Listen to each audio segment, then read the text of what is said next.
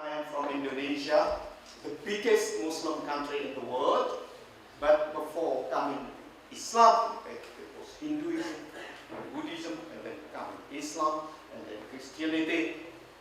So how all these religions live together, and especially how is Buddhism evolves from the period pre-Islamic to the period after Islam. So I will be a bit provocative by giving this title, Is Buddhism Monotheist? This is the adaptation of Buddhism in contemporary Indonesia. So this is my plan. I will not read a paper, but just improvise with this plan. I have to introduce a little bit the situation of socio-religious context in Indonesia, and then the relationship between religion and state, and then the third, the weight of Islam, and the reorganization of religions under Suharto regime, and then what I call monotheization of all religion. And then I will give a closing remarks if I have time. Socio-religious situation in Indonesia. Indonesia is a multi-ethnic and multi-religious nation.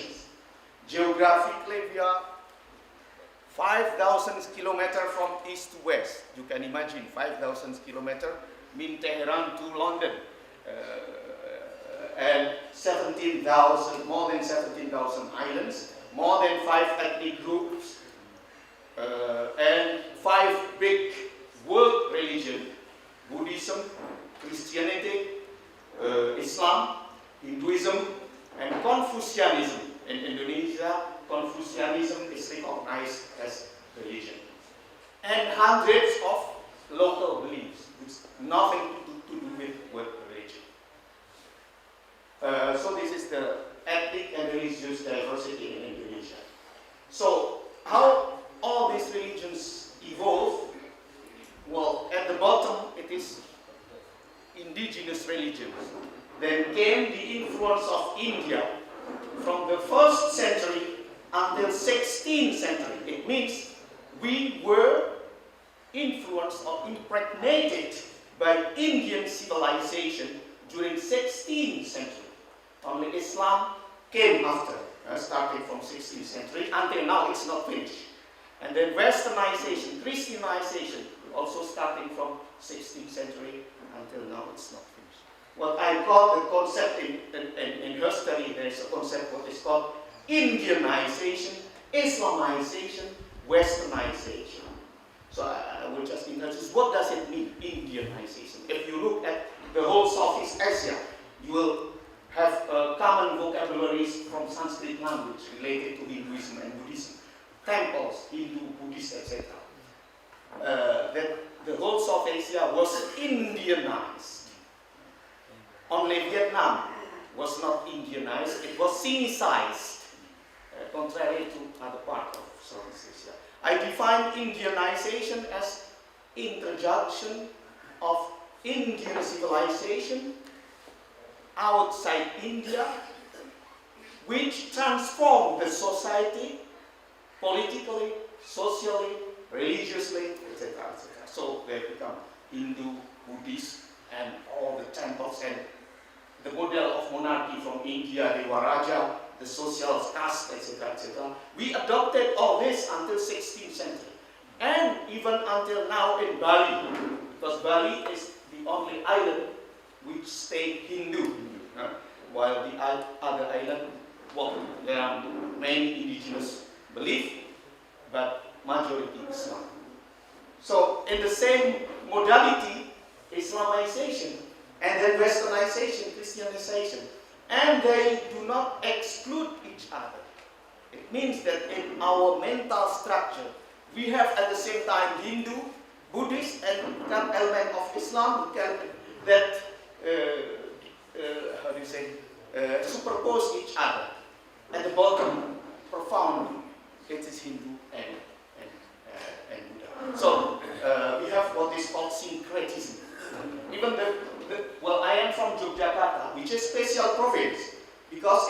kingdom inside the republic.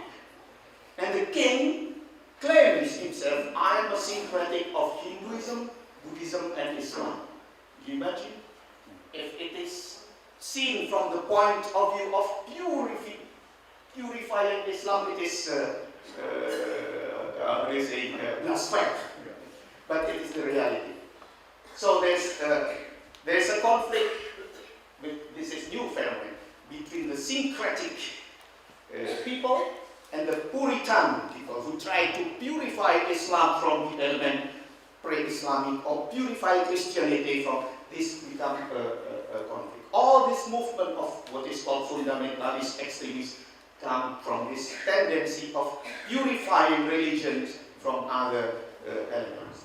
So the second point, religion and state after independence. So what is the relationship between state and religion? You know, this is the paradox of Indonesia.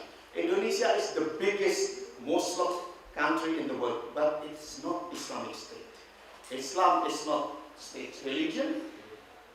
Islamic law is not adopted, it's not applied, not like Malaysia, for example. Malaysia is a small Muslim country, but Islam is state religion, and Islamic law is applied to Muslim. While Indonesia, the biggest Muslim country in the world, Islam is not religion, state religion, Islamic law is not applied. So, if it is not based on Islam, what is the foundation, philosophical foundation of the state of Indonesia? It is from Indian influence called Pancasila. But in Sukarno, the first president of Indonesia, which translate into 5 principles. The first principle is the supremacy of one God. The second, humanity. The third, unity of Indonesia. The fourth, democracy. And the fifth, social justice. Why there's belief in one or faith in one God as the first one? It was a compromise. Because during the preparation of Constitution of Independence, there are 2 groups of nationalists, Islamic nationalists and secular nationalists. The Islamic nationalists wish that Indonesia be Islamic state. The president of Indonesia has to be Muslim, and the Islamic law has to be applied to Muslim. But the secular nationalists like Sukarno, all these leaders of independence, they're secular, they don't agree. No question, we are multi-ethnic, multi-religious, even Sukarno. His mother is Balinese, his father Javanese, syncretic, so he said himself, I am Hindu, Muslim, and Marxist. So you see that. So that's finally, it is a compromise that the first principle is belief in one God. But it is not mentioned who's God, what God. It is Allah, it is Om, it is Father.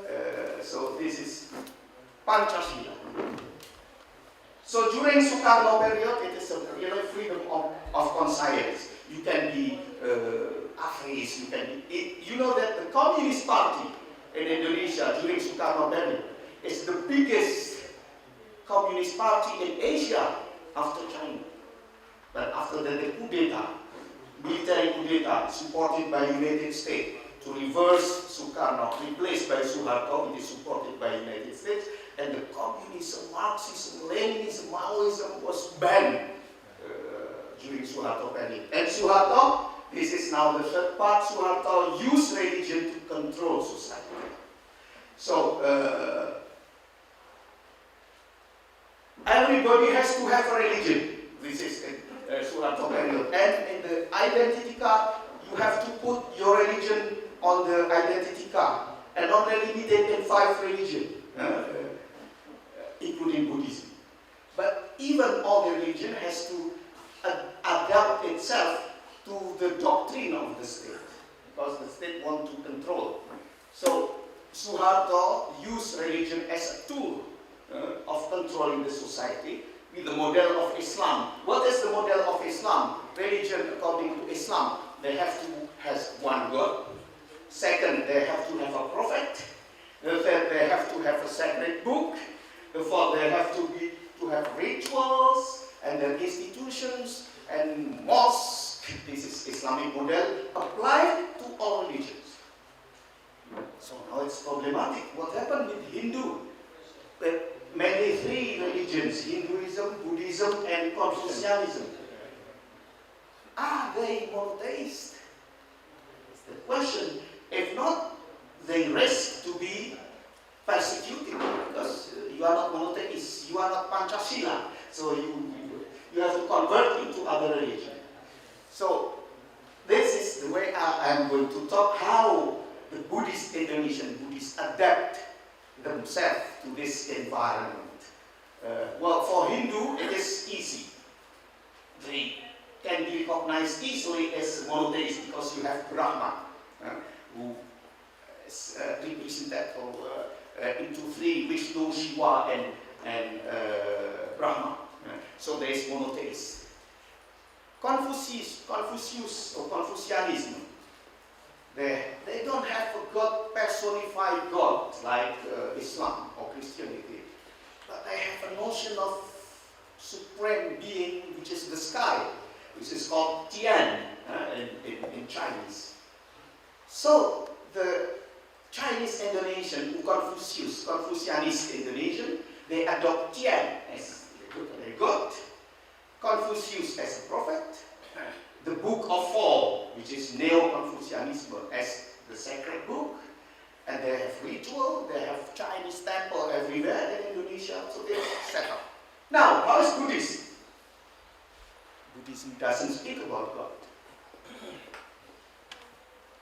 So, Indonesian Buddhists, they have to invent God. So, there is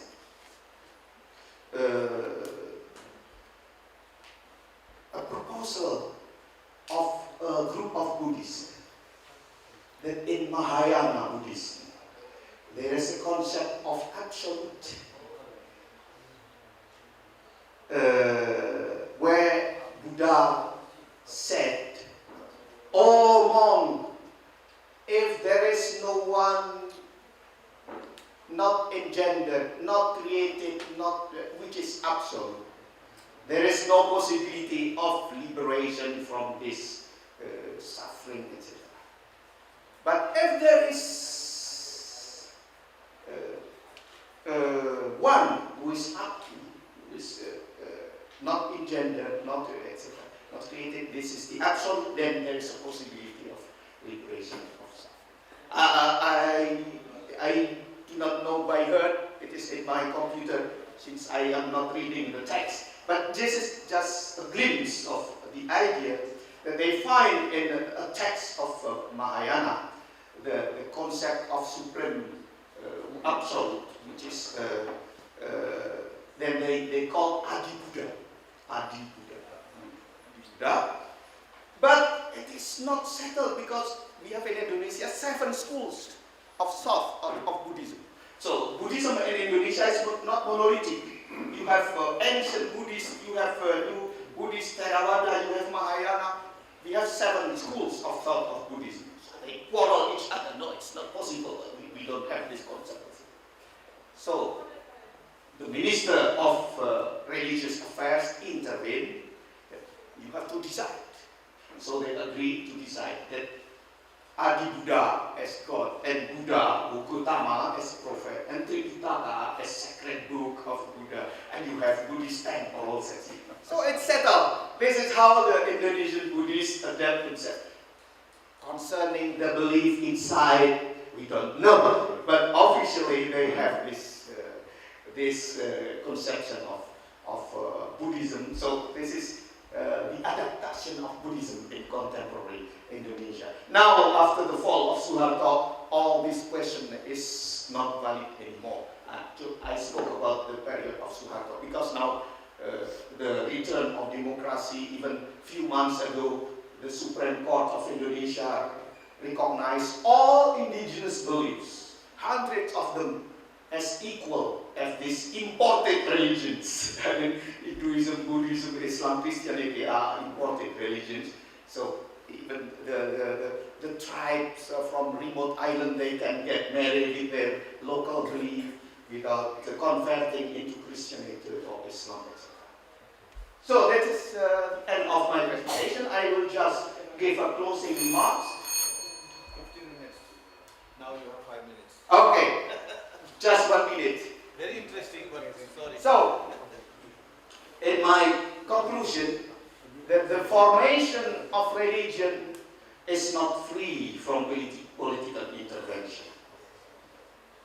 And that religion continues to evolve. It is not fixed. That's my suggestion. It is not absolute. You may react. Thank you very much. Buddhism is flexible actually. Buddha is not orthodox, Yeah. So that is why we have so many sects. One point. Yeah, okay. I think it is not forbidden in Buddhist. If you are Buddhist, you are not forbidden to believe in God, I think. So the plurality of Buddhism, so this is a lesson, and if we need, we can adopt to a new Buddhism even in future, wherever. Any conditions, harsh, easy, Buddhists can find out a way, still with the basics intact. Thank you very much. It was quite enlightening because something new for us, for the Nepalese also.